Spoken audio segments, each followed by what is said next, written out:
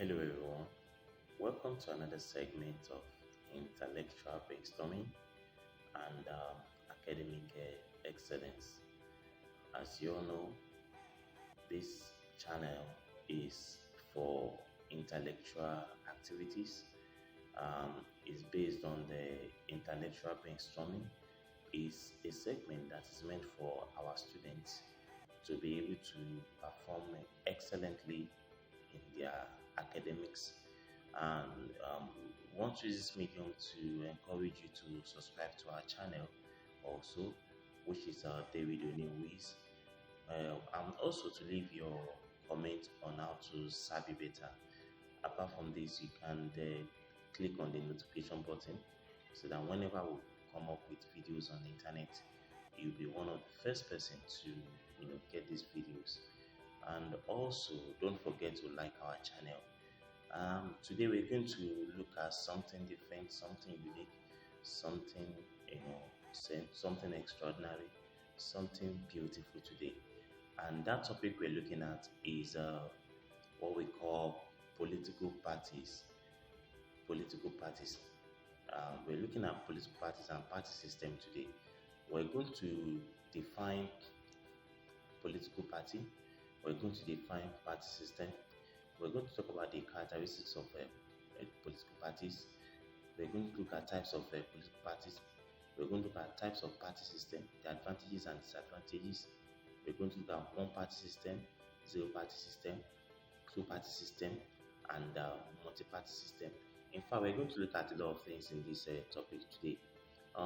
So in order not to waste our time, let us quickly dive into this this wonderful topic called the party system and political parties.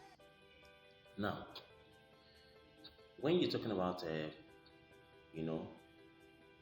party system, we're going to start with what we call party system. Then we'll now look at the definition of what we call political parties. Now let's start with the party system.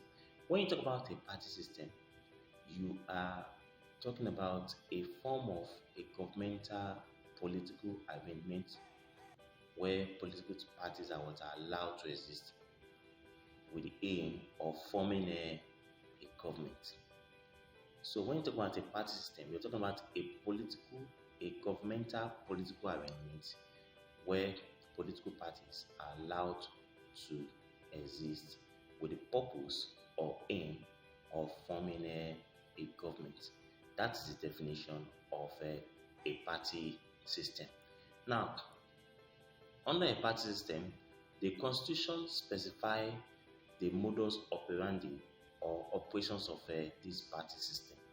So in other words, the constitution specifies their activities, and before a party system can be allowed to exist, it is the electoral commission that is empowered to give a go-ahead for such a party or party system to exist. So what we're saying here is that the electoral commission plays a major role. But before you can have a party system or before you can have a political party, you have what we call political association.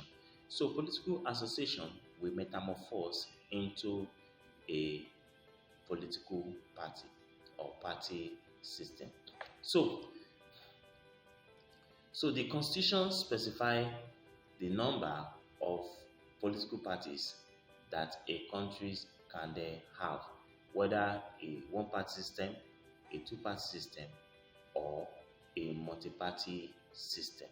So that's what we're saying. Now that is a party system. Now let us look at what we call a political party. If you talk about a political party, the definition is a bit quite different from what we call a party system. Don't forget what I was saying, a party system is a kind of a governmental political arrangement where political parties are allowed to exist. But if you talk about a political party, you are talking about an organized body of people that share similar political ideas, beliefs, norms, with the aim of what? Of forming a political party. So when you talk about political party, you're talking about people that share similar political ideas, similar political beliefs, similar political principles, similar political, norms, with the aim of contesting for an election and governing the country, with the aim of contesting for election and governing the country. So when you have that kind of a political arrangement, then you have what we call a political party. So political parties are made up of people that have similar political ideas, opinions, norms, beliefs, with the aim of coming together and what? That is, those people that have the similar political ideas, norms, beliefs, they come together to form this political party with the aim of what? Of contesting for an election and governing the country. So, like you said earlier, political association will metamorphose into political parties. Now, in Nigeria, we have over the years we have different types of parties, which we are not going to dive into today because it's not part of our topic for now. But we're still going to look at these political parties one by one. But for example, in the United States, we have two parties there. We have what we call the Republican and the Democratic Party. In UK, you have also, you know, different types of political parties there. You have the Labour Party, you have the Liberal Party, and the other party as well. So then also in other parts of the world too, you have different parties. Also in Nigeria also, right from our political independence, we have had different types of parties in this country. We have Action Group, you have you know you have NNDP, Nigerian National Democratic Party.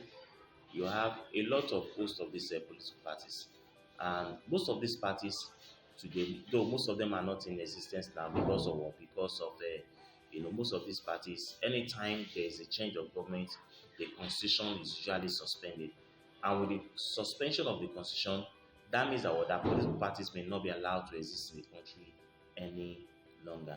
So that is it. So political parties are made up of people that have similar political ideas, people that have similar political norms, beliefs, that are coming together to form a political party with the aim of what? Of contesting for an election and governing the country. So that is just it. So that is the definition of what a political party. Now, what are the characteristics of political parties? Number one, political parties are made up of people that share similar political ideas, norms, beliefs, that comes together to form a political parties. So they aim at what? At contesting for election and governing the country.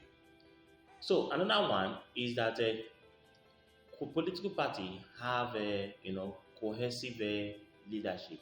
And what do we mean by cohesive leadership? That is, these leaders that are visionary, well-focused leadership. They have a vision, they have a mission to fulfill, and these missions and visions that they have to fulfill are part of their manifestos. They are part of their manifestos. So they have a guideline, they have a timeline or a guideline that these political parties must follow. When they are contesting for election, and if eventually they win the election, they will follow this pattern. Then political parties drive their different constitution that direct the conduct of their political parties. They have a constitution, and what is the constitution? Of course, when we talk about the constitution, we're talking about what? A laid down rules and regulations, that governs a particular group or set of people. So political parties too, they have their constitution, and this constitution, that what they are, put into place to serve as a guideline for the political parties.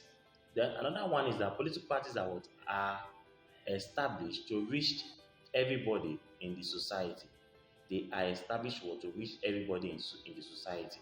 So political parties are not established to reach a section of the country, but they're established for to reach everybody in society, unlike the pressure group that are established for to cater for the interests of their members only. But when you talk about political parties, they have a divergent coverage. So they are expected to reach everybody in the society. They are expected to reach everybody in the society. So that is another characteristic of political parties. So political parties are what are expected to reach everybody in the society. So that's one of the points.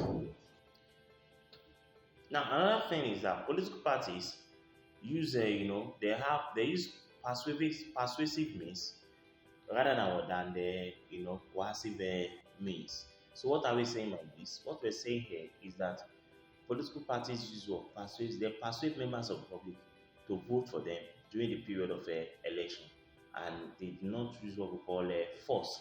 So political parties use persuasive means to gain what political power. Now let us now look at what we call a manifesto. Political parties manifesto. You must have come across that word manifesto before. So what do you mean by the word manifesto? If you're talking about manifesto, you're talking about a party's guideline, a proposed plan action of a party which it intends to follow when it gains political power. So if you talk about a manifesto, we are talking about a guideline. We are talking about a program that has been set aside by a party that it aims to follow, or it aims to abide by when it gains political power. It can be, for example, creation of employment opportunities, like what happens in Nigeria is covered about that. In most cases, political parties what we promise heaven and earth, in during the period of of campaign, using their manifestos, saying creation of employment, creation of security, creation of what of a stable political system, or creation of what we call a stable power supply, fixing of what of roads, improving the healthcare system and the rest of them. These are part of what manifestos what covers, or what we call a reduction of what of tax system. You understand? So they are all part of the manifestos, which the party will tend to follow when it gains a political power. So manifestos are very, very important in a political system, because without a manifesto, it means that the party does not have a guideline